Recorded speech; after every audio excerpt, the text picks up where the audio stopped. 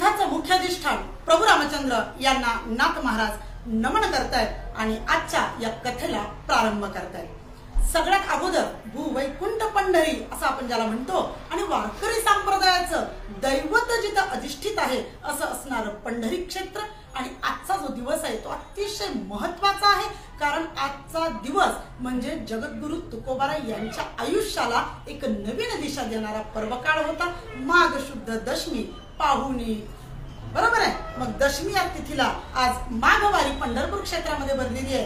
सगळ्या संतांचा भक्तांचा मेळा इथे जमलेला आहे आणि आजच्याच या मुहूर्तावरती पांडुरंग परमात्म्याच्या अधिष्ठित असणाऱ्या या पंढरपूर निवासामध्ये आज आपल्याला रावणाचा शिरच्छेद करण्याचा योग आपल्याला भगवंताच्या कृपेने आज प्राप्त झालेला आहे। नाथ महाराज कथेचं अनुसंधान देत आहेत। ज्या वेळेला युद्धभूमीवरती आता सोहम भावाचा म्हणतायत नाथ महाराज, मी ब्रह्म आहे याची जाणीव प्रत्यक्ष जो केवळ ब्रह्म आहे अशा असणाऱ्या भगवंताला स्वतःच्या स्वरूपाची जाणीव आहे, म्हणून सोहम भावाचा मेढा सुलक्षण असं नाथ महाराज पहिल्याच चरणामध्ये म्हणतात। आणि सोहम भावाचं धनुष्य हातामध्ये धरलेलं आहे, बाण कोणता लावलेला आहे बघा, मी ब्रह्म आहे याची जाणीव असणं वेगळी आणि त्याच्यावरती स्वतःच्या स्वरूपाच्या ज्ञानाचं अनुसंधान असणं वेगळं। म्हणून नाथ महाराज पुन्हा दुसऱ्या चरणामध्ये सांगतायत तीक्ष्ण बाण आहे, पण तो कशाचा आहे?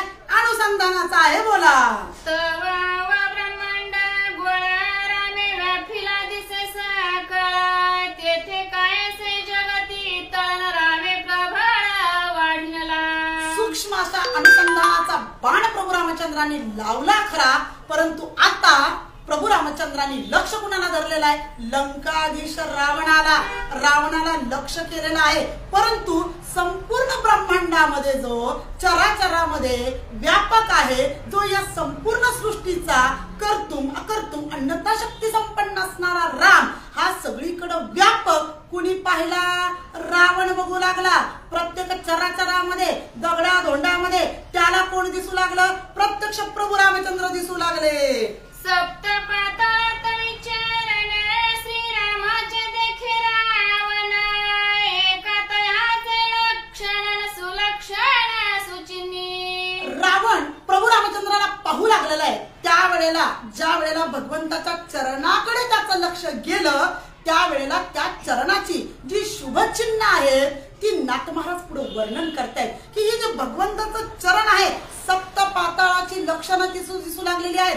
सप्त पाताळ म्हणजे कोणती कोणती? आतळ, वितळ, सुतळ, तळातळ, महातळ, रसातळ आणि पाताळ अशी सप्त पाताळाची लक्षणं प्रभू रामचंद्राच्या चरणाच्या ठिकाणी इतर रावण बघू लागला। आता नेमकं कोणतं एक पाताळ कुठं स्थित आहे याची लक्षणं प्रभू रामचंद्राच्या ठिकाणी असणारी नाथ महाराज वर्णन करू लागलेली आहे। निज धैर्य शेष फळीवरी श्रीरामचरण निर्धारी, सुचिन्हे शोभाती कवने परिण नवल पारी तेथेची। काय सांगू बरं, भगवंत ज्या शेषावरती पहुडलेला आहे विराजमान आहे तो शेष कशाचा आहे? हजार फण्यांचा आहे। मग इथं नाथ महाराज त्याला उपमा द्याव्यात का फक्त नाथांनीच? धैर्याचा फणा असणारा शेष आहे, त्याच्यावरती माझ्या भगवंताचा चरण आहे। त्या चरणाच्या ठिकाणी कोणती लक्षणं युक्त नीट लक्ष देऊन आहे का? अनुपम्य चरण पंकज शोभे सायुज्यताचा ध्वज, ऊर्ध्वरे खाते सहजन दावी ओझा ऊर्ध्वगतीची। अनुपम चरण पंकज रेखा, काय सांगू म्हणतात माझा भगवंताचं शेषावरती असलेलं जे चरण आहे त्या चरणावरती ध्वज आहे। बर, हा ध्वज कशाचा आहे?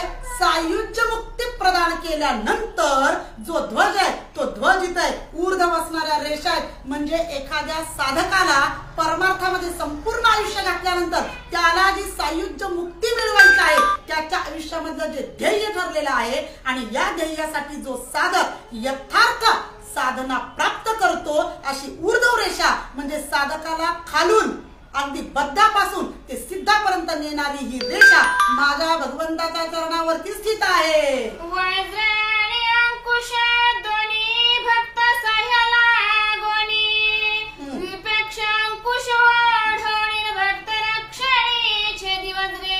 ही झाली शुभचिन्ह। अजून दुसरी चिन्ह सांगू का? वज्र आहे, अंकुश आहे. वज्र आणि अंकुश काय काम करतं मला सांगा.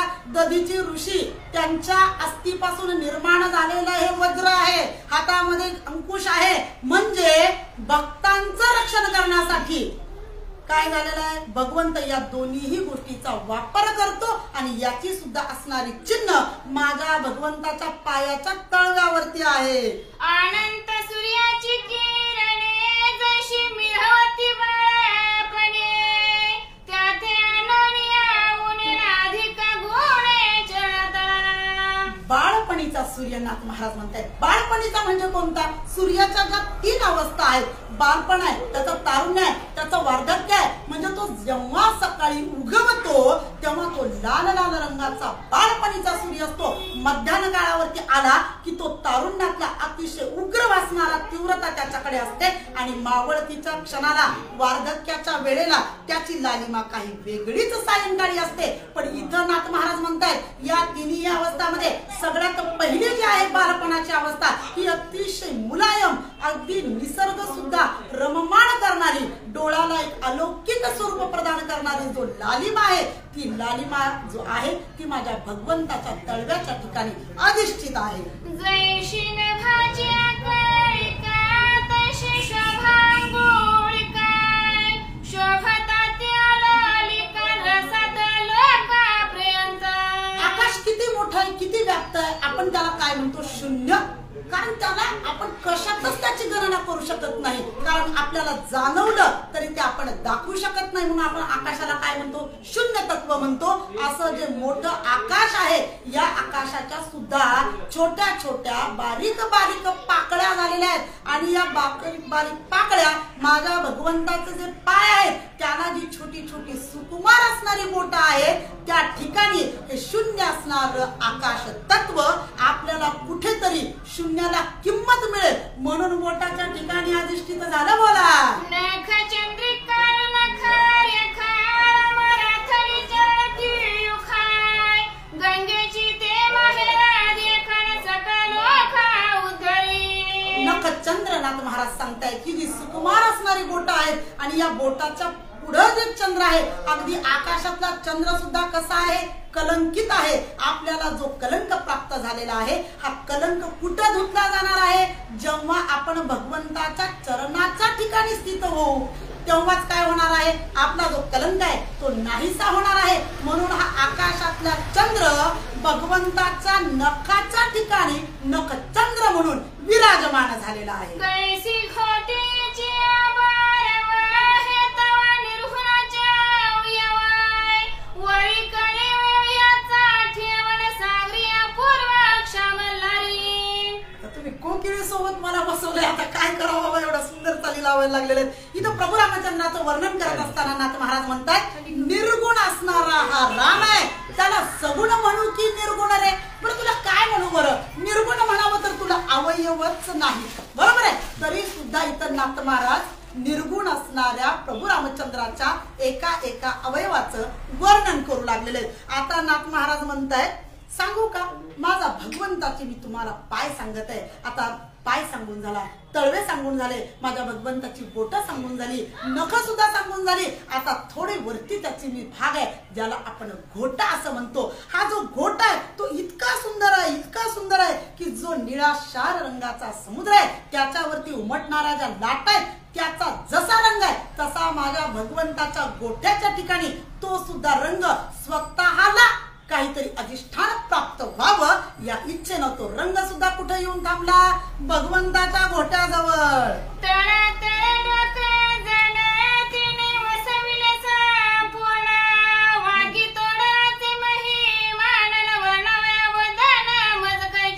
आता वाकी म्हणा, अंदुवा म्हणा हे जे काही दागिने आहेत ना हे घोट्यामध्ये परिधान करण्याचे आहेत. मग आता नाथ महाराज म्हणतायत तळातळ नावाचं सप्त पाताळापैकी एक असणारं श्रेष्ठ असं पाताळ पाताळ आहे आणि हे तळातळ नावाचं जे पाताळ आहे याला इतका लोभ झाला, त्यांनी ज्या वेळेला भगवंताचा घोटा पाहिला आणि त्यांनी ठरवलं की नाही मी काय करणार आहे, माझा मुक्काम पोस्ट भगवंताचा घोटा असं तो म्हणू लागला आणि त्या घोट्यावरती विराजमान असणारे जे वाक्य आहेत तोडर नाथ महाराज म्हणतात या भगवंताच्या स्वरूपाचं काय वर्णन करू बरं, मी करूच शकत नाही, नेते नेते असं म्हणू लागले. बोला नाही बोला बोला. यमनी माझ्या कुसरी मने मुरहळली माघारी जे अहंभावाच्या गजर वाकी निरारी गरजता.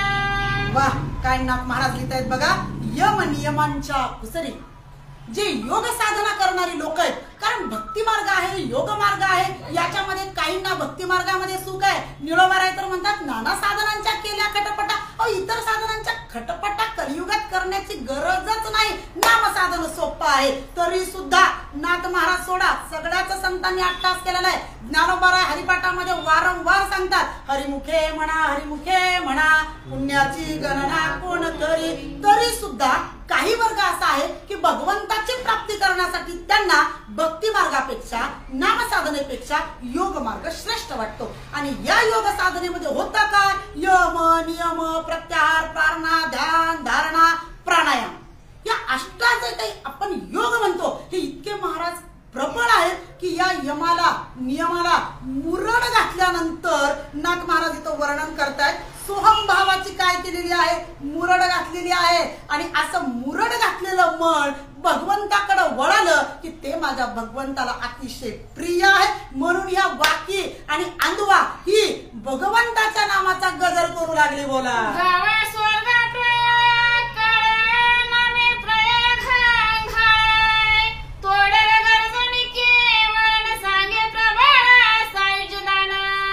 सद्गुरु संत काय करतात, मज निरंतर जागविती. जागवण्याचं काम कोण करतं सांगा, जो झोपतच नाहीत. आणि जागा कुणाला केलं जातं, जे झोपतात. जीव काय आहे, जीवदशा म्हणजे झोपेतली आहे, संत दशा म्हणजे जागृती अवस्थेमधली आहे. इथं संतांसारखे नाथ महाराज म्हणतायत ते जे काही पायातले दागिने ते आवाज करू लागलेले आहेत, ते साखळ्या सांगू लागलेले आहेत की जागे व्हा.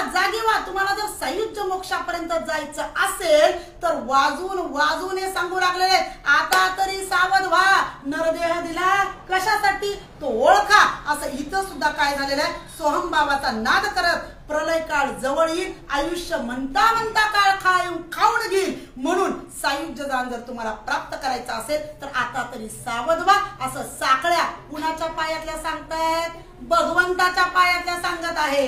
सूर्यबिंबामध्ये प्रभात असे जानू चक्री शोभाय महातळीचा तो गाभण दिशे उभा शोभत. ज्या पद्धतीनं सूर्याचं बिंब वरती यावं आणि मग तो जसा काही प्रकाशमान असणारं सूर्यबिंब दिसतं त्या सूर्यबिंबानं माझ्या भगवंताचे गुडघे पाहिले. जानू चक्र म्हणजे गुडघे, आणि हे गुडघे पाहिले तो लुब्ध झाला आणि त्याने सुद्धा त्याचा मुक्काम पोस्ट ठरवला. कुठं, भगवंताचे गुडघे. गुरुची शोभा होता सुता लोक देते नांदताय बळी राजा नित्यांकित राजा करीता पैठे. आता या गुडघ्याच्या वरती मांड्या आहेत भगवंताच्या. हा मांड्या आहेत, तिथं कोणाचं वास्तव्य आहे, बळीराजाचं वास्तव्य आहे. बर या मांड्यालाच का बरं, कारण बघा बळीराजा हा अतिशय मोठा भगवत भक्त आहे. राक्षस कुलामध्ये जन्माला येऊन सुद्धा अतिशय आख्यायिका त्यांनी निर्माण केलेली आहे. मग असा असणारा बळी भगवंताचे जे अवयव आहेत त्याच्यापैकी कुठं थांबलेला आहे, मांडीवरती थांबलेला आहे. तो का थांबलेला आहे त्याचं लक्षण पुढच्या ओवीमध्ये आहे.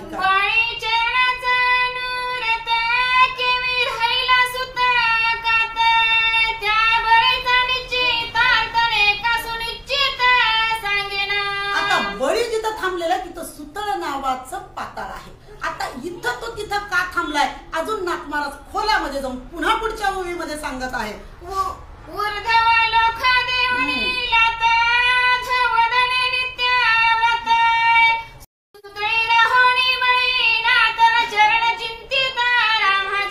सप्त पाताळापैकी सुतळ नावाचं पाताळ भगवंताच्या मांड्यांमध्ये स्थित आहे आणि बळीराजा सुद्धा तिथं अधिष्ठित आहे. कारण बघा मांड्याचा वरचा भाग जो आहे ते वरचे सप्त लोक आहेत, बरोबर आहे, आणि मांडीच्या खाली भाग हे सप्त पाताळ आहे. म्हणून बळीनं ठरवलं मला वरची सप्त लोक सुद्धा नको, ती लाथाडून दिली, आणि मला खालची सप्त पाताळ सुद्धा नको, मला माझ्या भगवंताच्याच ठिकाणी त्याच्या स्वरूपामध्येच लीन व्हायचंय. म्हणून त्यांनी ठिकाण ठरवलं मांडी बोला.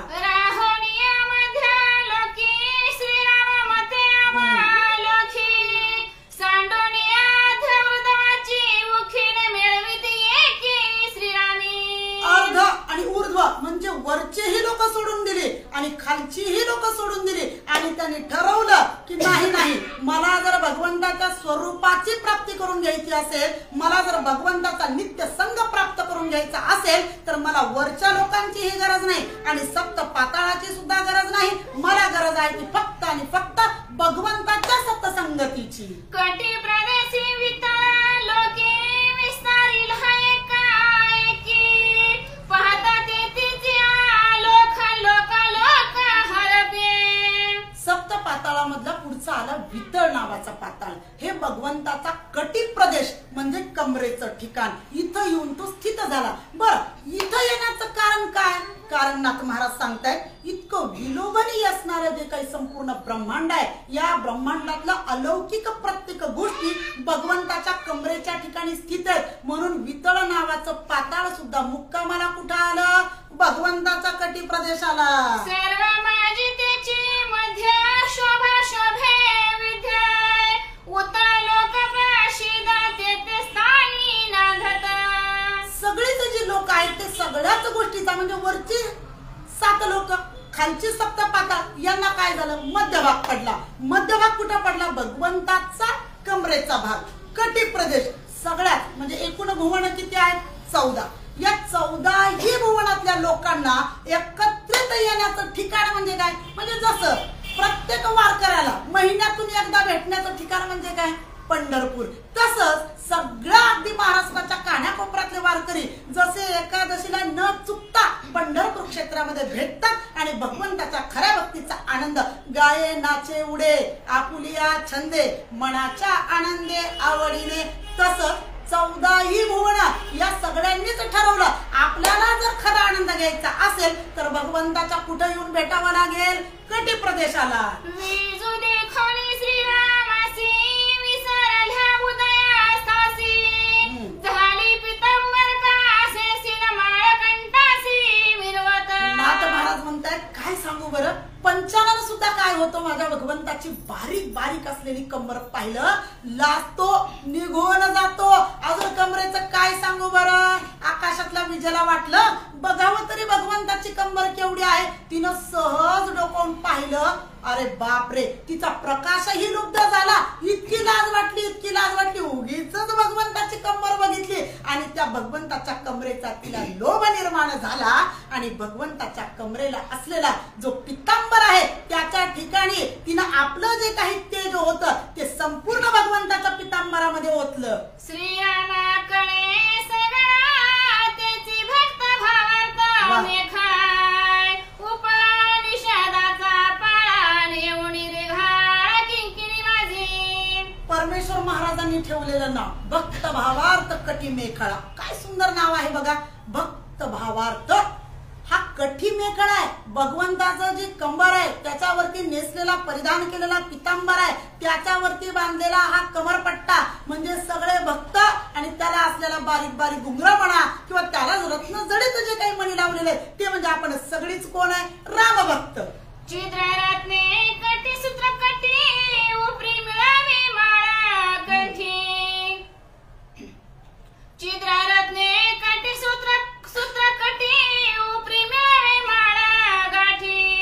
अनु हाताच्या निजाने तीन ध्वजी गोमाटी शुद्रघंटा.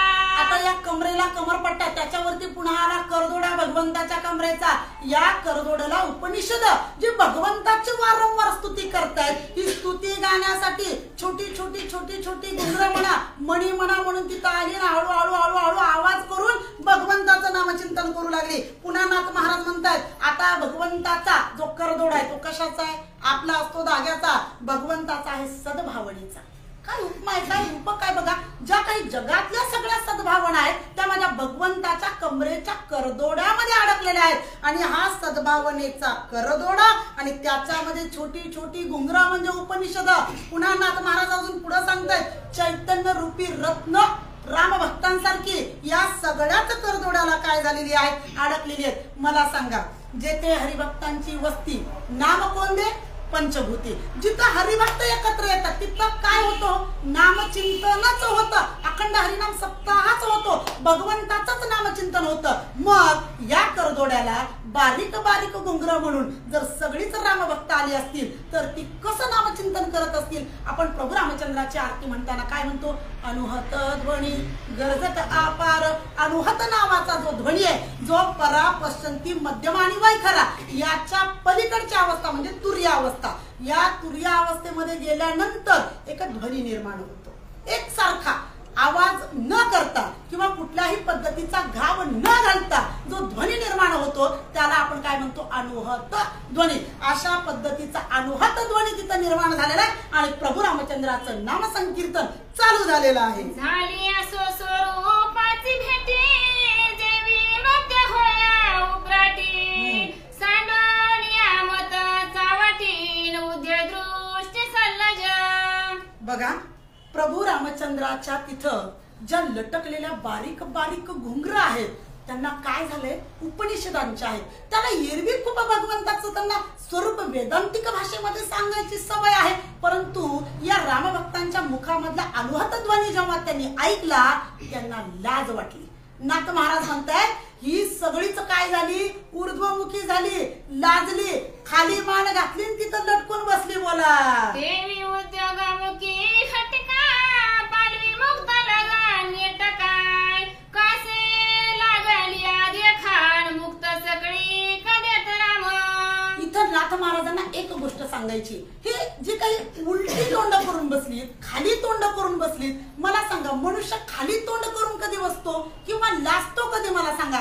जेव्हा त्याला त्यानं केलेल्या कर्माची किंवा कृतीची लाज वाटते स्वतःची स्वतःलाच, तेव्हा तो काय करतो, चार लोकांमध्ये मान खाली घालून बसतो. मग इतर नाथ महाराज म्हणतायत एखाद्या साधकाला परमार्थ आयुष्य जगत असताना त्याच्या शरीराच्या इंद्रियाकडून थोडं लक्ष देऊन चिंतन ऐका, इतकं सुंदर वर्णन नाथ महाराज करतायत. एका साधकाला त्याचं पारमार्थिक आयुष्य जगत असताना त्याला मिळालेला देह आणि त्या देहाच्या इंद्रियाकरवी त्यांनी घेतलेले भोग, जेव्हा तो सिद्ध अवस्थेला जातो आणि मागचा प्रवास पाहतो की आपल्या याच इंद्रियांनी कोणते कोणते भोग घेतलेत, हे भोग पाहिल्यानंतर त्याला काय होतं, स्वतःचीच घृणा वाटते, स्वतःची किळस वाटते आणि मग भगवंताच्या समोर आल्यानंतर तो काय होतो, लाजेने मान खाली घालून बसतो.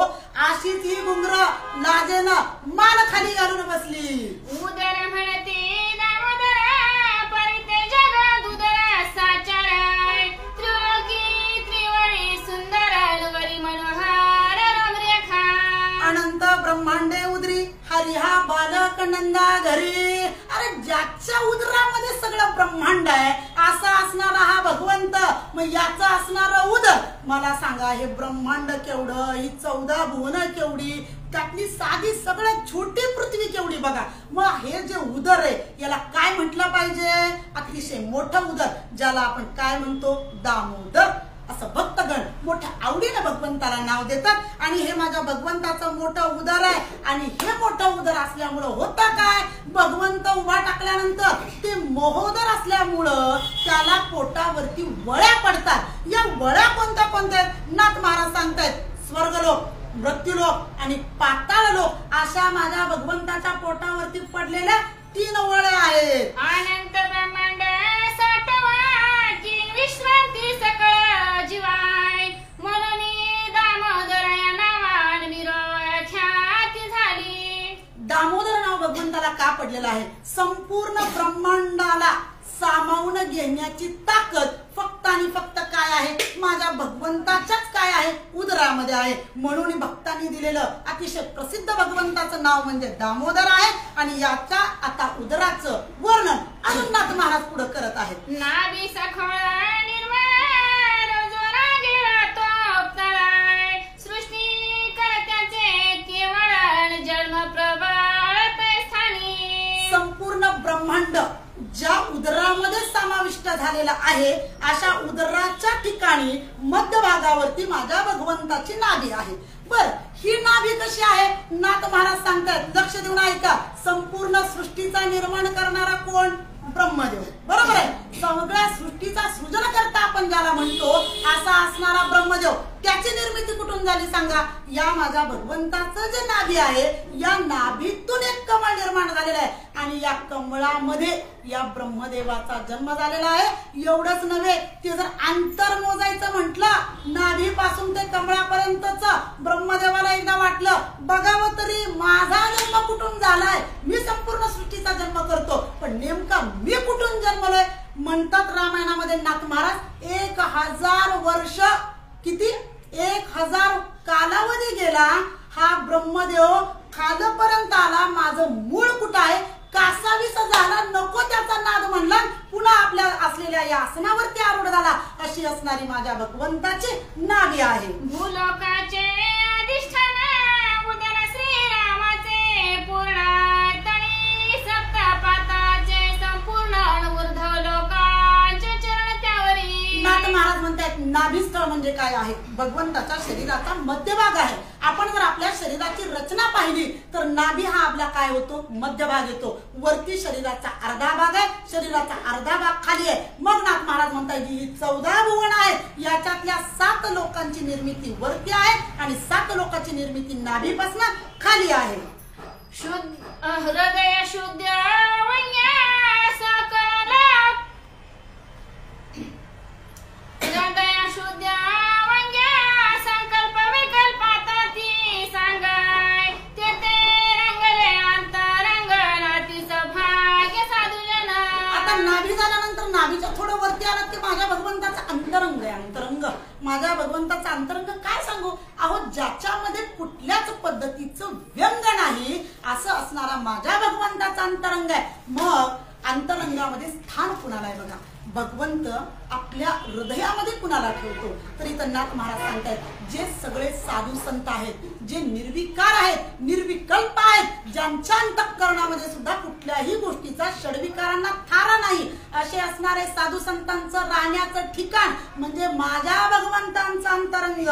दक्षिणांगी पादे विप्रपादे करी आपुल्या महिमनाची थोरी वाढाविली प्रीती करी लात त्यावरी साहोनी. उजवीकडे जर पाहिलं त्याच हृदयावरती माझ्या भगवंताच्या तर काय आहे मला सांगा बरं? खून आहे. कशाची खून आहे? एका साधूनं, एका ब्राह्मणानं मारलेली लाथ आहे. भृगु ऋषींनी मारलेली ही लाथ आहे आणि त्यांच्या लाथेचं पडलेलं ते तिथं चिन्ह आहे. आणि अशा पद्धतीचं माझ्या भगवंताचं अंतरंग आहे. आणि अंतरंगाचं झाल्यानंतर पुन्हा नाथ महाराज पुढे सांगतायत इतकं काही सुंदर असणारं माझ्या भगवंताचं मन आहे. आणि त्याच्यावरती जे काही साधू लोक आहेत, जे काही साधक आहेत, जे सिद्ध लोक आहेत, या सगळ्यांना माळेमध्ये वळून माझ्या भगवंतानी त्याची छान छान अशी पदकं तयार केलेली आहेत आणि सगळ्याच भक्तांना एकाच माळेमध्ये वळून ती आपल्या या वक्षस्थलावरती विराजमान करून ठेवलेली आहे. सोली व सुखाचे वा वा. श्रीराम रमई पदक हार सत्व गुणियाती सुंदर श्री रघुवीर शोभता. सोली व सुखाचे सार म्हणताय की नाथ महाराज. सुखाचे सुद्धा भरपूर प्रकार आहेत, त्याच्यामध्ये सोली व सुख नाथ महाराज म्हणतायत सोली व सुख काढलेलं आहे. आणि इतकं सुंदर असं पदक बनवून माझ्या भगवंतानं सगळ्याच भक्तांना एकत्रित केलेलं आहे आणि त्या माळेमध्ये मुख्य स्थानावरती विराजमान केलेलं आहे. आपुले आपण प्रीती किती अनुभवाची आरती जैसी हृदयावरी शोभती वैजयंती सुरेखा. आपली आपली किती प्रीती मला सांगा. संपूर्ण सृष्टीमध्ये सगळ्यात प्रिय वस्तू जर आपल्याला काय असेल तर आपण स्वतःच. मग आपल्याला आपणच किती प्रिय आहे हे भगवंताला दाखवून द्यायचे की मी मला सुद्धा किती आवडतो. तुम्हाला भक्ताला आवडतो यात नवल नाही, पण मी मला का आवडतो?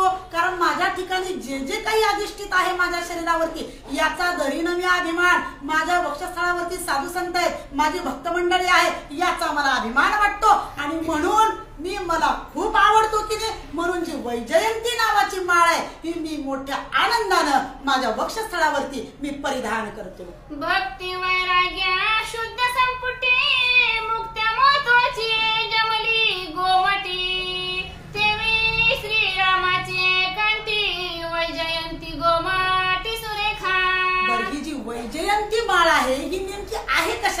ज्याच्यामध्ये भक्ती आहे, ज्याच्यामध्ये वैराग्य आहे, या सगळ्यांचं मिश्रण म्हणजे ही काय आहे, माझ्या गळ्यामधली वैजयंती माळ आहे.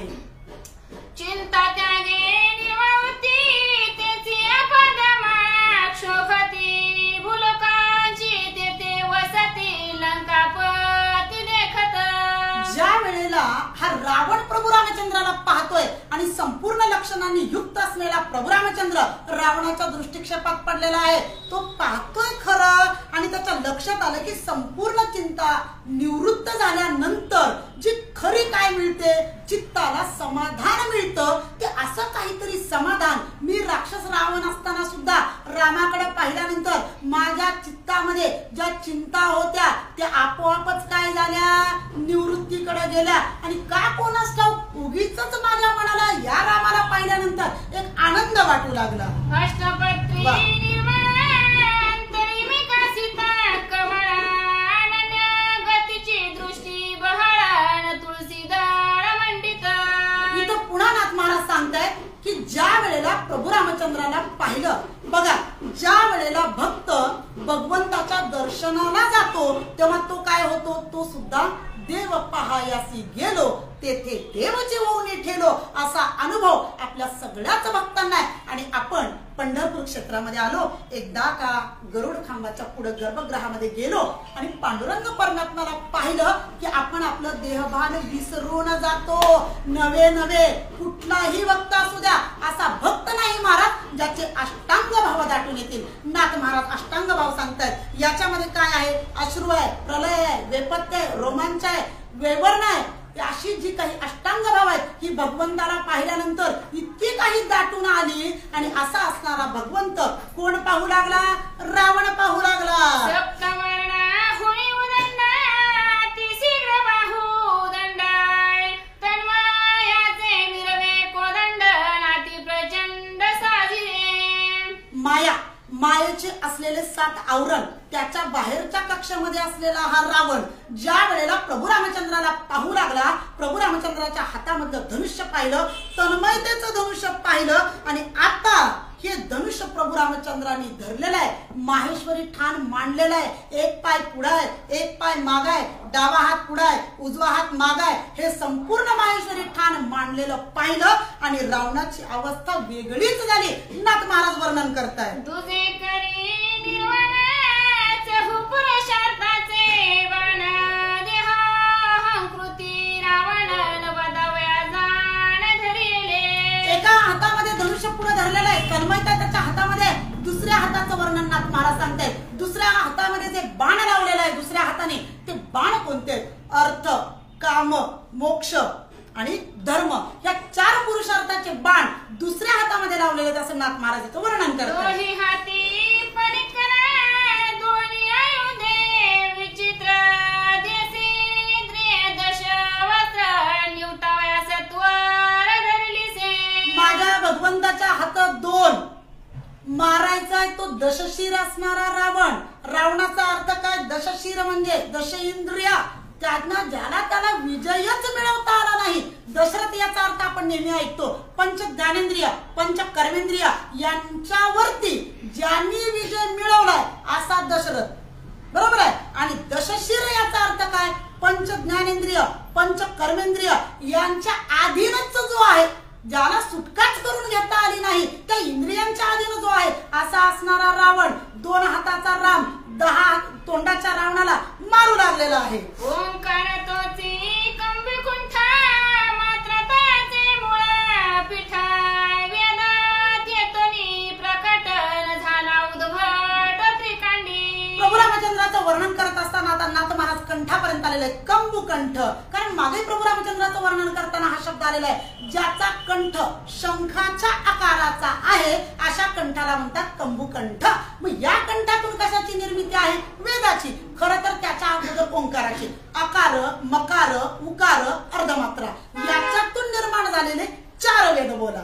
ते महलोक रचिता झाला रघुनंदनाय त्याचे श्रवणाचे महिमान दशानन विवंची. ज्या वेळेला रावण प्रभू रामचंद्राचं स्वरूप लक्ष देऊन पाहू लागलेला आहे त्या त्यावेळेला त्याला जाणवलेलं आहे की कंठाच्या ठिकाणी आता बघा नाभीच्या वरती काय चालू झालेले आहेत, सप्त लोक चालू झालेले आहेत. सप्त पाताळ आपण खाली पायापासून गोट्यापासून पाहिलेली होती. आता महरलोक नावाचं जे लोक आहे ते भगवंताच्या कंठाच्या ठिकाणी काय आहे, अधिष्ठित आहे. आता कंठाच्या ठिकाणी अधिष्ठित आहे, त्या कंठाच्या शेजारी असलेले जे दोन कान आहेत ते रावण लक्ष देऊन बघू लागला. त्या कानाचं वर्णन नाथ महाराज काय करतायत ऐका.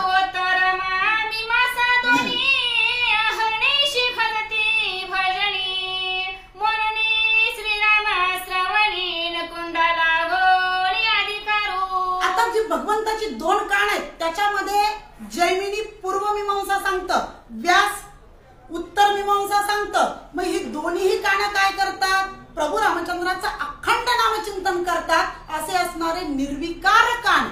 भगवंताच्या कानाला काय म्हटलं जातं, निर्विकार. कारण ते काहीच ऐकत नाही, ना उत्तर मीमांसा ऐकतात ना त्यांना दक्षिण मीमांसा ऐकतात. म्हणून असे असणारा कान रावण लक्ष देऊन बघू लागला. श्रीराम लोणी याचे लोणी विश्वमुक्त त्याचे श्रवणे श्रीरामाचे देखल्या रावणे नारद वचने करणी. मुळातच प्रभू रामचंद्रांनी कानामध्ये जे काही कुंडल घातलेले आहेत, जे काही पूर्ण शरीरावरती अलंकार धारण केलेले आहेत, या अलंकाराला शोभा रामामुळे आहे. बरोबर आहे, रामाला अलंकारामुळे शोभा नाहीये, त्या अलंकाराला शोभाच मुळात रामामुळे आहे. आणि अशा भगवंताबद्दल नारद महर्षीकडनं अगोदरच रावणाने काय केलेलं आहे, सगळं महिमान ऐकलेलं आहे. आणि जे मी ऐकले ते मी डोळ्यांनी पाहतोय ही अवस्था रावण इथं स्वतः अनुभव घेत आहे. आनंद विश्वास तिसे झाले की निओनी सुखे मुरा मुसावले त्याची साचार शोभले वंदन बिंब रामाचे. आता इतका आनंद जो आहे त्या आनंदाला सुद्धा आपलं एक विश्रांतीचं ठिकाण असावं असं वाटतं. म्हणून संपूर्ण सृष्टीतला आनंद माझ्या भगवंताच्या मुखाच्या ठिकाणी अधिष्ठित झाला. त्या आनंद सागराचे तरंग त्याची दशा सुरंग अधरी उभया दिसे योगण जीव शिव भाग एकत्र. आता ओठाचं आणि दातांचं नाथ महाराज वर्णन करतायत. दशन म्हणजे दात, हे जे मुखावरती आनंद विराजमान झालेला आहे, जो राहण्यासाठी आलेला आहे, या आनंदाच्या ज्या काही लहरी आहेत, या सगळ्या लहरी परमानंदाच्या भगवंताच्या दाताच्या ठिकाणी ओळीनं शिस्तीत बसलेल्या आहेत आणि भगवंताच्या मुखाचं सौंदर्य वाढू लागलेलं आहे. त्याच्या पुढे पुन्हा म्हणतायत नाथ महाराज, ओठ माझ्या भगवंताचे एक आहे जीवस्वरूप, एक आहे शिवस्वरूप. जीवाला उपाधी अविद्येची, शिवाला उपाधी मायेची, अशा पद्धतीचे हे दोन भगवंताचे रावण लक्ष देऊन पाहू लागलेला आहे. श्रीरामाचे प्रसन्न वदन तेथे जगाशी विश्रांती गहन म्हणून स्वर्गाधिका जनन करती ध्यान रामाचे. भगवंताचं श्रीमुख पाहिल्यानंतर किती आनंद होतो हे वारकऱ्यांना सांगायलाच नको. आता तर इथं रावण पाहतो हे नवल आहे. वारकऱ्यांना रामभक्तांना भगवंताला पाहिल्यानंतर आनंद होईल, परंतु हा आनंद रावणाला सुद्धा जाणू लागलेला आहे. असं अलौकिक महत्व माझ्या भगवंताच्या मुखाच्या ठिकाणी असल्यामुळं स्वर्गातल्या सुद्धा देवादिकांना याचा हेवा वाटू लागला.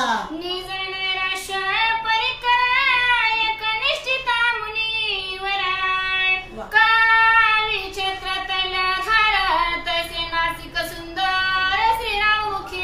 निज नैराश्य परिकर, फार लक्ष देऊन नाथांचा एक एक शब्द अभ्यास करायचा बघा. निज नैराश्य म्हणले, दुसऱ्याचं नाही, स्वतःच्या अंतःकरणामध्ये जे काही नैराश्य निर्माण झालेलं आहे, या नैराश्याची निवृत्ती जे साधूजन करतात आणि धर्मानं सांगितलेलं जे आचरण आहे ते सरळ मार्गाने करतात. तो जो सरळ मार्ग आहे ते म्हणजे माझ्या भगवंताच्या नाकासारखं आहे.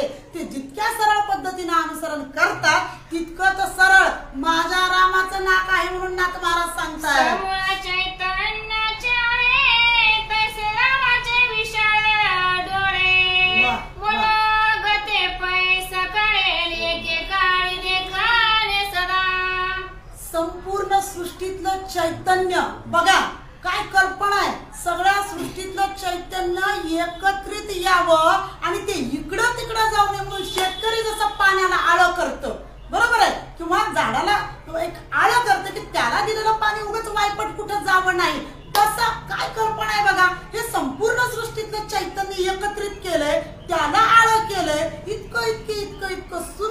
भगवंताचं रूप आहे त्याचं वर्णन नाथ महाराज करू लागले. विशेषी निरंतर जेणे झाले प्रकाश कराय तेथी शेवटी स्वतंत्र श्रीराम नेत्र होऊनी. आळ केल्यानंतर इतके देखणे माझ्या भगवंताचे डोळे आहेत की ज्या वेळेला आकाशामधनं या रवीनं आणि शशीनं म्हणजे सूर्याने आणि चंद्राने पाहिलं इतके लुब्ध झाले महाराज भगवंताच्या डोळ्यावर.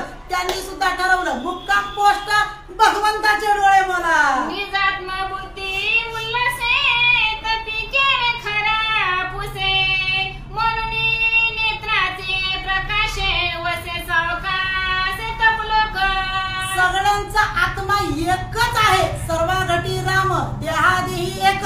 अशा पद्धतीनं ज्या वेळेला संपूर्ण सृष्टीमध्ये भगवंत एकाच ठिकाणी स्थित आहे ते एकच चैतन्य आहे असं ज्या वेळेला पाहिलं त्या वेळेला नाथ महाराज म्हणतात तपोलोक नावाचं जे सप्त लोकापैकी लोक आहे ते भगवंताच्या डोळ्यामध्ये स्थित राहण्यासाठी तिथं राहू लागलेलं आहे. श्रवणात अतिशीघ्रता दैत्य दृष्टी पै होता नाही पाहता सर्वता अंतर्गत स्वभाव ज्याचा.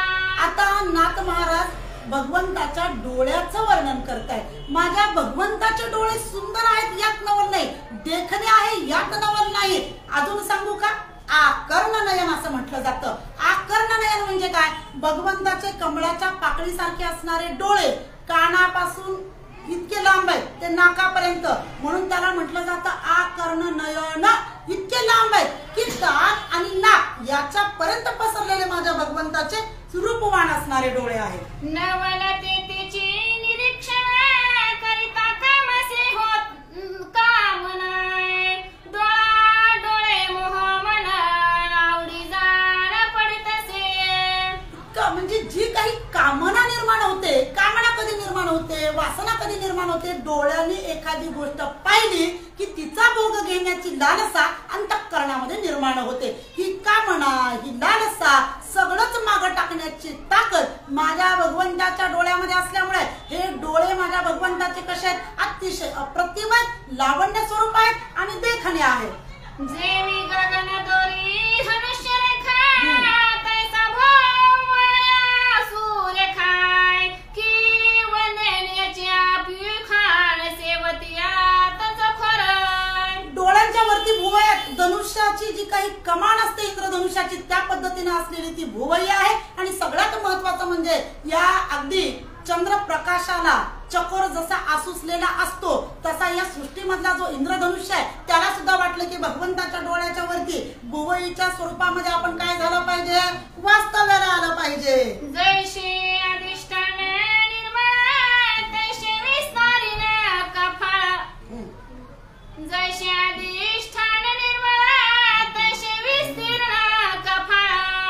अखंडान अखंडे त्रिकाळ त्रिवणी प्रबळ तिची निडळी. माझ्या भगवंताच्या भुवईच्या वरती दोन डोळ्याच्या वरती असलेला जो प्रदेश आहे तो म्हणजे कपाळ आहे. भालचंद्र ज्याला आपण म्हणतो हे कपाळ इतकं विशाल आहे की नाथ महाराज म्हणतायत या तिन्ही काळाला खंड न पडू देण्याची ताकद माझ्या भगवंताच्या कपाळामध्ये. ते तीन काळ म्हणजे कोणते? भूतकाळ, वर्तमान काळ आणि भविष्यकाळ.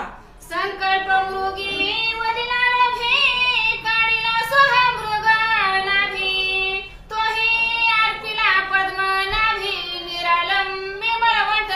ज्या पद्धतीनं संकल्प नावाचा मृग लोभी असणारा असतो आणि सहमृगानं काय केलेलं आहे त्याच्या असलेल्या नाभीमधली कस्तुरी काढली जाते तसंच इथं निर्विकल्प असणारं माझ्या भगवंताचं अतिशय निर्मळ असणारं व्यापक असणारं आणि सगळ्यांनाच समाविष्ट करून घेणारं माझ्या भगवंताचं कपाळ आहे. त्याच्यावरती असलेलं निरावलंबी असं मोठ्या ताकदीचं मळवट आहे आणि त्याच्यावरती सुद्धा 3 रेषा आहेत. त्या कोणत्या? लक्ष देऊन ऐका.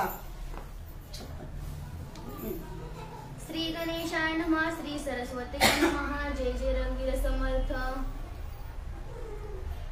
स्वस्वरूपे प्रबळा सभाय अभ्यंतरा निर्मळा पाओनिया श्रीराम भाळ वसती सकळा सत्यलोकी. प्रभू रामचंद्राचं भाळ पाहिलं, कपाळ पाहिलं आणि जे काही साधू संत मंडळी होती जी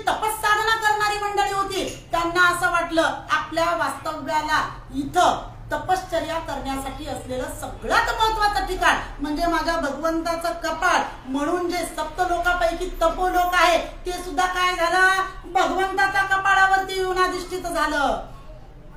नाभय शून्यत्वा उमगले ते श्रीरामा शरण आले, येऊनी मस्तकी राहिले निळाल की शोभत.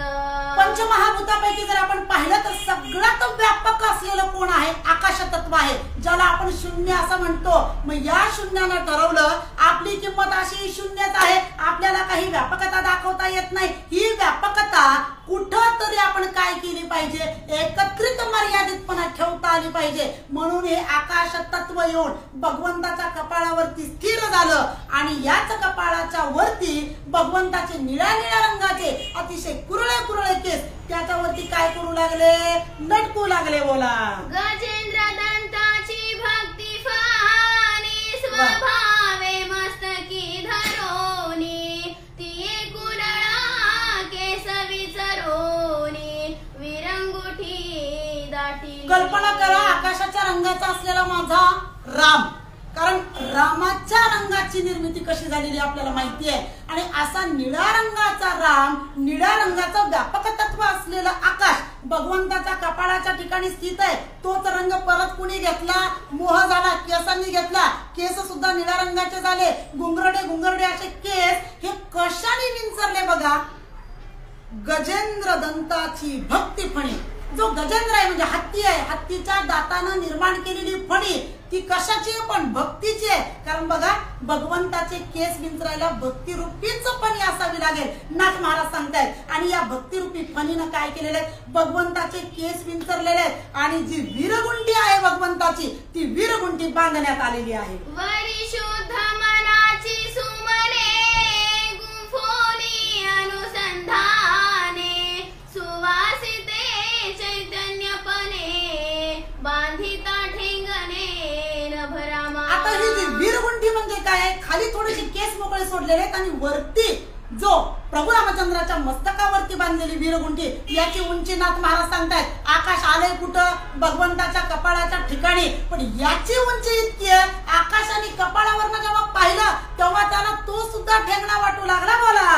वालो मुकुटाचा महिमा कैची उपमा निरुपमा, तेने रचना मनोरमा वैकुंठानी कैलासा. हा वीरगुंटी बांधल्यानंतर माझ्या भगवंताच्या मस्तकावर असलेला केशसंभाराचा जो मुकुट तयार झालेला आहे याच्या भोवताली ज्या सुमनांच्या माळा बांधलेल्या आहेत त्याच्यामुळे माझा भगवंताचा मुकुट केसाचा इतका काही स्वरूपवान दिसू लागला, कैलासालाही वैकुंठालाही मोह झाला आणि दोघंच्या दोघं वास्तव्याला भगवंताच्या वीरगुंठी जवळ आले. ऐसे चतुर्दश भुवना कैकुंठ कैलासादि करुणा, प्रकाशिता रघुनंदना देखो निरावना तटस्थ. 14च्या 14 भुवन भगवंताच्या वीरगुंठीपाशी आले. कैलास सुद्धा उतरून खाली आलं, वैकुंठ सुद्धा खाली आलं. राहिलं शिल्लक मला काय आता सृष्टीमध्ये, अहो सगळंच्या सगळंच भगवंताच्या मस्तकावरती. रावणाने पाहिलं, रावण विस्मयाचित झाला. बोला. अपरिमित चौपासी देखोनिया श्रीरामासी, रावण चढला वेसी बाणशितासी लाविला. रावण ज्यावेळेला प्रभू रामचंद्राला पाहू लागला आणि रामाकडचं लक्ष थोडस विचलित झालं आणि आजूबाजूला पाहू लागला तसा त्याला सगळीकडेच राम दिसू लागला. आणि आता या रामाला काही मी शिल्लक ठेवणार नाही असा विचार केला. धनुष्य ज्याला सीता असं सुद्धा म्हटलं जातं, सीत उचललं, धनुष्य उचललं आणि धनुष्याला बाण रावण लावू लागला. समरांगणी निज कडाडी बाण ओढोनी कानाडी, निज भीमाने हाक फोडी लक्ष निर्वडी दे भेदावया. अहंकारी असणारा रावण आहे, अहंकाराने इतका उन्मत्त झालेला आहे की त्याला विसर पडला की मी रावण आहे. देहाना अभिमानाने ग्रस्त असलेला अहंकारी रावण प्रभू रामचंद्राला समोर पाहिला, इतका काही वीरश्री अंगामध्ये संचारली गेली. धनुष्य धरलेला आहे, धनुष्याला बाण लावलेला आहे, कानाडी सो करून ओढली आणि आत्ताच्या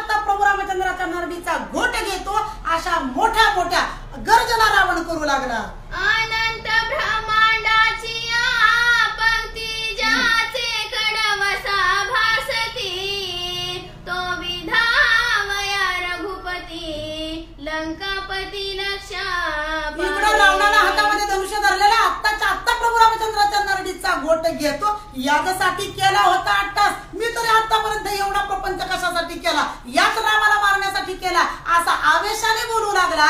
आणि संपूर्ण सृष्टीमध्ये, ब्रह्मांडामध्ये, चराचरामध्ये, अणुरेणूमध्ये समाविष्ट असलेला प्रभू रामचंद्र सुद्धा रावणाच्या हातामध्ये धनुष्य पाहिलं. राम तरी गप्प बसेल का? रामानं सुद्धा माहेश्वरी ठाण घेतलं. बोला. तव विपरीत झाले तेथे स्थूळ सूक्ष्म जितुकी भूते वेगळाली पै समजते राम निश्चित देखतसे. दोघं जण दोन्हीकडे थांबले. खरं पण मोठी गंमतच झाली ना महाराज. नाथ महाराज म्हणतात रावण ज्या वेळेला रामाकडे पाहू लागला, इतकं पाहिलं मला सांगा, पार कुठून पायाच्या तळव्यापासून ते वीरगुंठीपर्यंत रावणाने संपूर्ण न्याहाळून पाहिलं. आणि परिणाम काय झाला? देव पाहायासी गेलो ते देवचे होऊन टेलो. जळी स्थळी काष्टी पाशानी जे जे देखे ते काय दिसू लागलं? भगवंत दिसू लागला. वानर सैन्याभीतरी राम विधावया बाणकारी पाहता झाला दशशिरी तव प्रति शरीरी श्रीराम. जिकडे पाहावं तिकडे राम दिसू लागला. नवे वानर सैन्यांकडे लक्ष घातलं. 18 पद्मे वानर, 56 कोटी ओलांमुळे 72 कोटी अस्वल, या सगळ्यांनाच ज्या वेळेला दृष्टी पडली, प्रत्येक वानरामध्ये, प्रत्येक ते असणाऱ्या अस्वलामध्ये सुद्धा कोण दिसू लागलं? रामच दिसू लागला. गजाकडे जाव पाहता तव महावता सहिता गज देखिला रघुनाथ सवेची पाहता रथाकडे. काय करावं बाबा? जिकडं पाहावं तिकडं राम दिसू लागला. वानरांमध्ये पाहिलं, वानरामध्ये राम दिसू लागला. बघावं तरी हत्तीकडे हत्ती दिसतोय का म्हणल्यानंतर रावण बघू लागला. हत्तीमध्ये सुद्धा राम दिसू लागला. नवे हत्तीचा वरती बसलेला माऊत तो सुद्धा रामच. तव रथ वारु सहित सारथित शास्त्र समवेत ध्वज पताका मंडित देखे लंकानाथ श्रीराम. हत्तीतही राम दिसतोय. बघावं तरी आता घोड्यामध्ये काय दिसतं? घोडा दिसतोय का? म्हणून रावण बघू लागला. तिथं सुद्धा रामच. घोडा सोडा, रथ सुद्धा राम. रथ सोडा, छत्र चामर, नवे आतमध्ये बसलेल्या वीरांच्या हातामध्ये शस्त्र सुद्धा राम दिसू लागले. दश सपर्वत वानर भार धूम्र पाषाण परिकार पृथकार भुविरा दशवक्र देखत. सांगितलं आताच मी 56 कोटी गोलांगोळ, 72 कोटी अस्वला, सगळं पाहिलं तरी राम दिसू लागले. नवे पर्वतांच्या बार सुद्धा राम दिसू लागले. ध्रुव म्हणजे काय? झाड. पण झाडांचे 2 प्रकार आहेत. ज्याला फळं येतात त्यांना म्हणायचं वृक्ष, ज्यांना फळं येत नाहीत त्यांना म्हणायचं ध्रुव. आणि अशा पद्धतीमध्ये पाहिलेल्या प्रत्येक गोष्टीमध्ये रावणाला राम दिसू लागला. सौमित्र विभीषण तेथा सुग्रीव गंध जांबवंता तार दाळी समस्त हनुम्या सहित श्रीराम. बर, हा परिणाम बघा नामचिंतनाचा म्हणा किंवा भगवंताचं स्वरूप पाहिल्यानंतर. अहो, सजीव वस्तू राम दिसेल यात नवल नाही. निर्जीव वस्तूमध्ये सुद्धा रावणाला, याला म्हणायचं भक्तीची पराकाष्ठा. याला म्हणायचं प्रभू रामचंद्राचं स्वरूप पाहिल्यानंतर त्याच्या अंतःकरणामध्ये निर्माण होऊ लागलेली भक्ती आणि त्याचा दिसणारा हा परिणाम. यांनी सगळंच पाहिलं, सगळं राम दिसू लागलं. घाबरून म्हणला सुग्रीवाकडे तरी बघावं. सहज नजर टाकली, सुग्रीवातही राम दिसू लागला. सहज म्हणला बघावं, जांबवन तरी जांबवन दिसतोय का? तो पाहिला, तो सुद्धा दिसू लागला. राम म्हणला माझा घरका भेदी बिभीषण बघतो, याच्यात तरी बदल झालाय का म्हणून त्याच्याकडे पाहिलं तर बिभीषण सुद्धा रामच दिसू लागला. अंगद पाहिला, युवा नेता, तो सुद्धा रामच दिसू लागला. थर कापू लागला रावण. बर, नंतर तार आहे, तरळ आहे, आधी जी काही वानर आहेत हळूहळू लक्ष देऊन रावण बघू लागला. अनुलक्षण करून पाहू लागला. पण प्रत्येक लक्षणाने युक्त रामच दिसू लागला. निज सेनेचे राक्षस रणयोधेरन कर्कशा त्याचा लोकोनी राक्षस भास सावकाशा राम झाले. अंतकरणात घाबरू लागला. खरं बघावं तिथं राम दिसतोय. सगळ्यात मोठा धाक होता कुणाचा? माझ्या हनुमंतरायाचा. म्हणून हळूच चोरटी नजर टाकली, बघू का नको, बघू का नको, बघतोच एकदा हा तरी मारुती आहे का नाही. अहो बघितला तरी मारुती, दचकन रावण घाबरला, तो सुद्धा राम दिसला. म्हणून नजर वळवली आणि आपल्याच राक्षसा सैन्याकडे आता रावण बघू लागला. अहो राम भक्त राम दिसतील यात नवल काय, पण राक्षस सुद्धा त्याला राम दिसू लागली. बोला. फिरोनी पाहे लंकेकडे राम रूप लंकेचे हुडे, गुप्त द्वारे जे अवघडे, गुढे निगुढे राम झाला. अहो घाबरला, दचकला, चळचळ कापू लागला. राम भक्त दिसतील नवल नाही. अहो माझी रावण म्हणू लागला, माझी राक्षस सुद्धा कधी आळंदी पंढरीची वारी नाही, अखंड हरिनाम सप्ताला कधी हाजरी नाही, अहो कधी तोंडाला राम म्हणलं नाही, मी म्हणूच दिलं नाही, तरी सुद्धा मला ही राम दिसू लागली. घाबरला, म्हणला त्यांना जाऊ द्या. लंकेकडे नजर टाकली, लंका सुद्धा राममय झाली. हा परिणाम कशाचा आहे? 6 महिने अगोदर भक्ती राणी राहिलेली आहे. तिच्या नामचिंतनानं जे राम राम म्हणून जे वातावरण झालं होतं त्याचा परिणाम आता रावणाला दिसू लागला. आणि आता लंका नव्हे, गोपुर, गौर, माड्या, चौरे, रस्ते, नवे नवे गुप्त द्वारे सुद्धा नाथ महाराज म्हणतात रावण लक्ष देऊन बघू लागला. अहो सगळीच राम दिसू लागली. घरे चौबारे समस्त महासोपाने अद्भुत, दुर्गाची सामग्री समस्त राम निश्चित हो. सजीव गोष्टी सोडा, अचंतन गोष्टी सुद्धा बघू लागला. ज्या वेळेला रस्ते पाहिले, सोपान म्हणजे पायऱ्या पाहिल्या, अहो गरम माड्या सगळंच राम दिसू लागलं. पाहता यंत्र गोळांकडे, यंत्र द्रव्य जे अवघडे, दुर्धर शस्त्रे जी अति प्रचंडे, निज निवाडे रामा. जागोजागी प्रत्येक बुरुजावरती, सगळ्या अगदी असलेल्या गुप्त ठिकाणावरती रावणानं आतापर्यंत असणारा जो मोठा मोठा दारुगोळा होता, यंत्रसामुग्री त्यांनी ठेवलेली होती. सहज म्हटलं हे तरी शाबूत आहे का नाही बघावं, त्याला बघितलं तर ते सुद्धा राम दिसू लागले. बोला. नेहटून पाहे जावा पनाथ बनी, हस्तीचे धनुष्यबाण, तेही झाला रघुनंदना, स्वय रावणा विस्मित. 20 हातानं 10 डोके धरले, पुन्हा एकदा डोळे चोळू लागला. डोळे चोळून उघडून पुन्हा बघू लागला. बघतो तर काय, स्वतःचा व्रत ही रामच. नवे हातातलं धनुष्य बघितलं तर ते सुद्धा राम. बोला. तळी पृथ्वीकडे पाहे, तवा ती राम झाली आहे, जीवनाची रस सोये, राम स्वये होऊन ठेला. काय करावं, पाहावं तिकडं राम दिसू लागलेला आहे. सगळीकडंच राम दिसतोय. खाली नजर टाकली, धरणी तरी धरणी दिसते का माझ्या लंकेची म्हणून पाहू लागला. धरणी सुद्धा रामरूप झाली. तेजाचे जे निज तेज, ते रामची स्वय सहजा, वायूचे जे चरण ओझा, चाळक सहजा श्रीराम.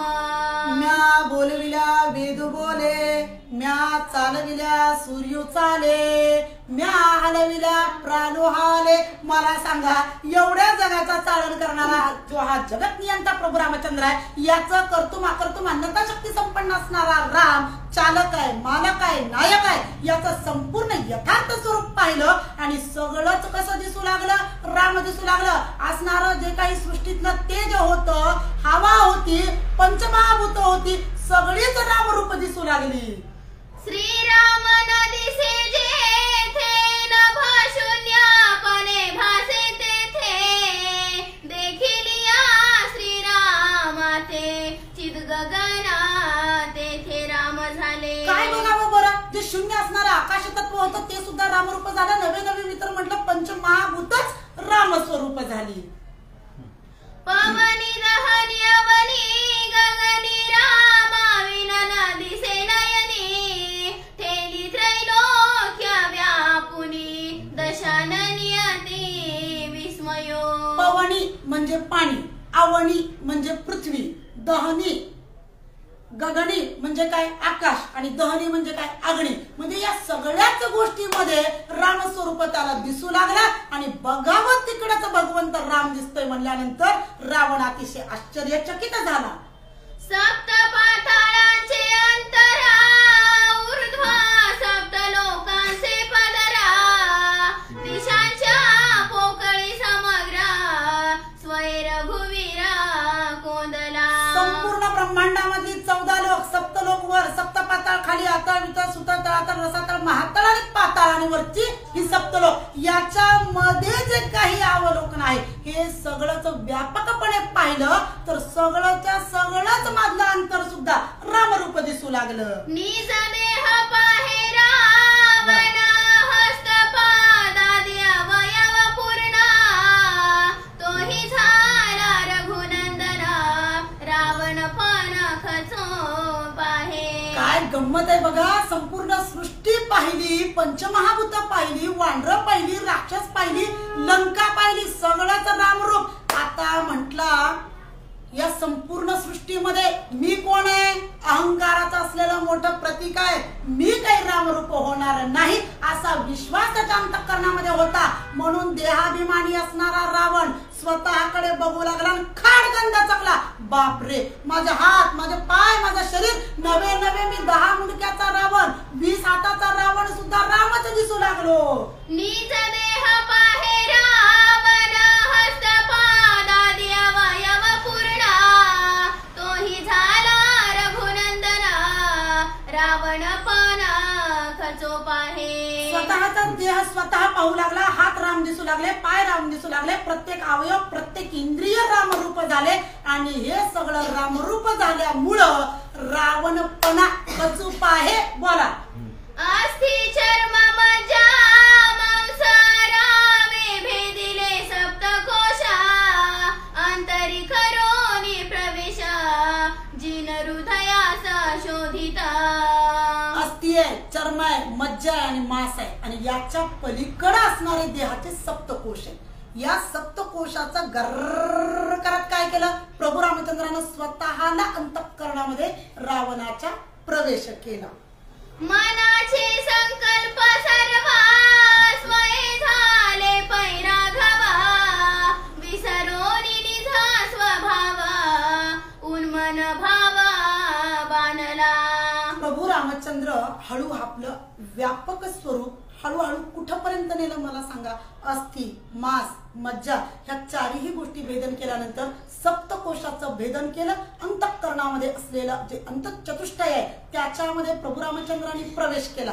एकदा का अंतःचतुष्टयामध्ये मन, बुद्धी, चित्त, अहंकार या 4 गोष्टी प्रभू रामचंद्राच्या नामचिंतनानं जर व्यापक झाल्या की मग मात्र मन हे राम झाले, मन हे राम झाले. मग अवस्थाच इतकी वेगळी होती की रावणाची अवस्था 2 पद्धतीच्या झाल्या. मन राम झालं आणि समाधी अवस्था येण्याच्या अगोदर जी भाव अवस्था येणं महत्वाची आहे, या भाव अवस्थेला रावण पोहोचला. नित्य प्रपंचाची चिंता करिता शीन प्रबळ चित्ता अळुमाळ चित्तिता रघुनाथा निश्चितता बाणली. मन उन्मन अवस्थेमध्ये गेलं, त्याच्यामुळं भाव समाधी लागली.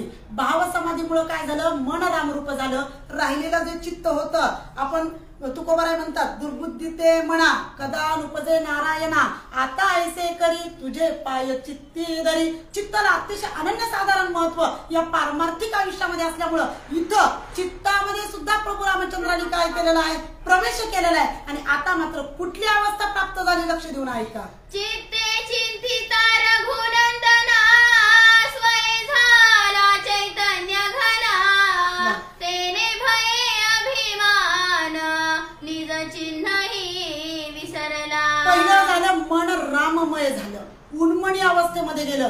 त्याच्यानंतर भाव समाधीमध्ये गेलं. भाव समाधीतून चित्त इतकं काही प्रभू रामचंद्रांना समर्पित झालं की समाधी अवस्था आली. जी अवस्था भल्याभल्यांना शक्य होत नाही, ही समाधी अवस्था रावणाला प्राप्त झाली. त्याच्यामुळे तो चैतन्य स्वरूपाला आपोआपच तिथं गेला आणि चैतन्य स्वरूप प्रकट झाल्यामुळं अरे बापरे, मी तर रावण होतो, हा जो देहाभिमान होता हा पूर्णपणे खचला गेला. अहंकार कापिनला तो श्रीराम शरणाला, तद्रुपतेचा कौल घेतला सोह झाला श्रीराम. देह मी आहे हा अहंभाव जो होता, हा जो अहंकाराचा भाव होता, हा इतका वरमला की अहंकार कापिन्याला नाथ महाराज म्हणतात हा कापून निघाला आणि कुठाला शरण शरण प्रभू रामचंद्राजवळ आला. भगवंता पाय धरतो तुमचे, शरणांगत मी झालेलो आहे. शरणांगताचं तुम्ही रक्षण करताना असं वचन आठवण करून दिलं आणि मग तद्रुपतेचा कौल अहंकारानं प्रभू रामचंद्राकडनं घेतलेला आहे. अंतकरणी व्यापक धर्मा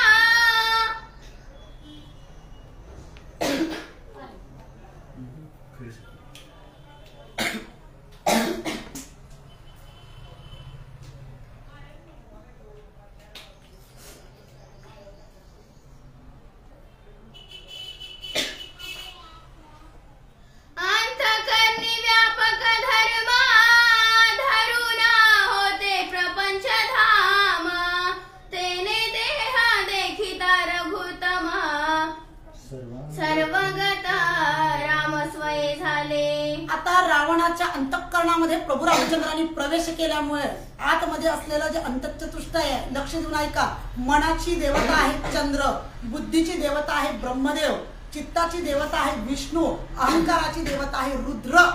हे जे 4 गोष्टी आहेत, यांचा जो प्रपंच आहे, यांचा जो धर्म आहे, प्रत्येकाचं कार्य आहे ना महाराज. मन काय करतं? संकल्प निर्माण करतं. बुद्धी काय करते? सारासार विचार करते. चित्त काय करतं? चित्ताला आकर्षित करून घेणाऱ्या गोष्टींचं संकलन करतं. आणि अहंकार मी करतं.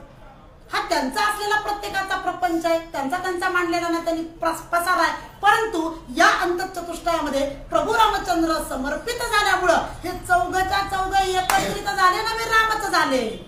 काय सालिंग देहाने कुंभिरा राम झाला बळा,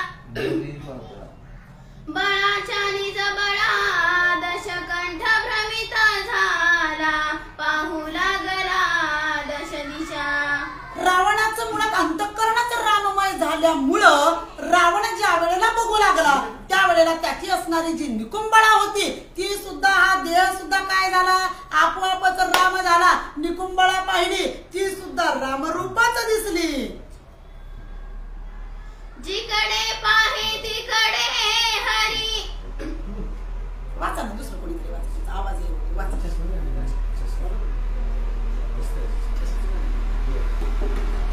पन्नास उभे आहेत ना.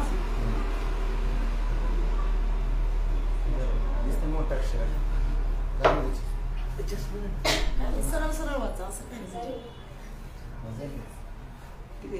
एक्क्याण्णव जिकडे